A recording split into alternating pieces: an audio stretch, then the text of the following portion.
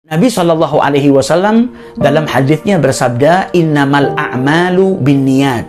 Sesungguhnya setiap amal itu tergantung daripada niatnya.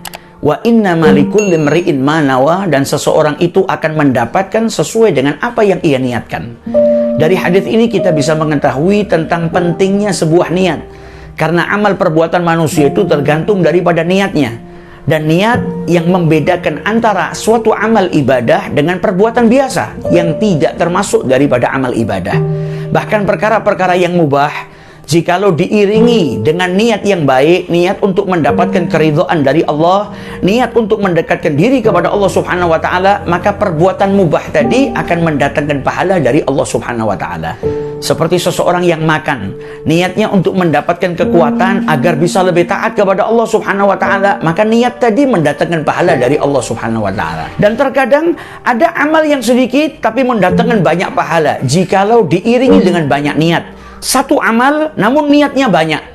Seperti seseorang yang mungkin masuk ke dalam masjid, kemudian dia melaksanakan sholat. Selesai sholat dia tidak ingin beranjak dari masjid, dia duduk di masjid.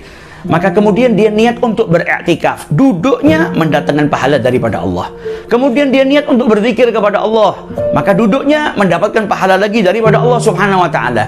Kemudian dia niatkan untuk memakmurkan masjid dengan berzikir kepada Allah. Kemudian dia niat untuk menunggu waktu sholat yang berikutnya. Kemudian dia niat untuk menjaga pandangannya, lisannya, pendengarannya dari perkara-perkara yang tidak bermanfaat atau perkara-perkara yang diharamkan oleh Allah Subhanahu wa Ta'ala. Jadi ini hanya satu pekerjaan, satu amal, duduk di masjid tapi niatnya banyak. Nah, niat yang banyak tadi akan mendatangkan pahala yang banyak pula daripada Allah Subhanahu wa Ta'ala.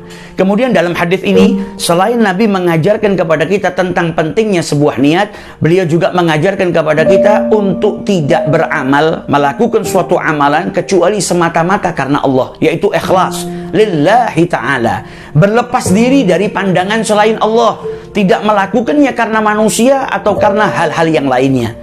Beliau katakan, faman kanat hijratuhu ilallahi wa rasulihi, dan barang siapa yang dalam hijrahnya semata-mata karena Allah dan Rasulnya, fa hijratuhu ilallahi wa rasulihi, maka hijrahnya untuk Allah dan Rasulnya akan mendapatkan keridhaan daripada Allah dan mendapatkan pahala yang berlimpah yang Allah berikan bagi mereka yang berhijrah semata-mata karena Allah dan Rasulnya.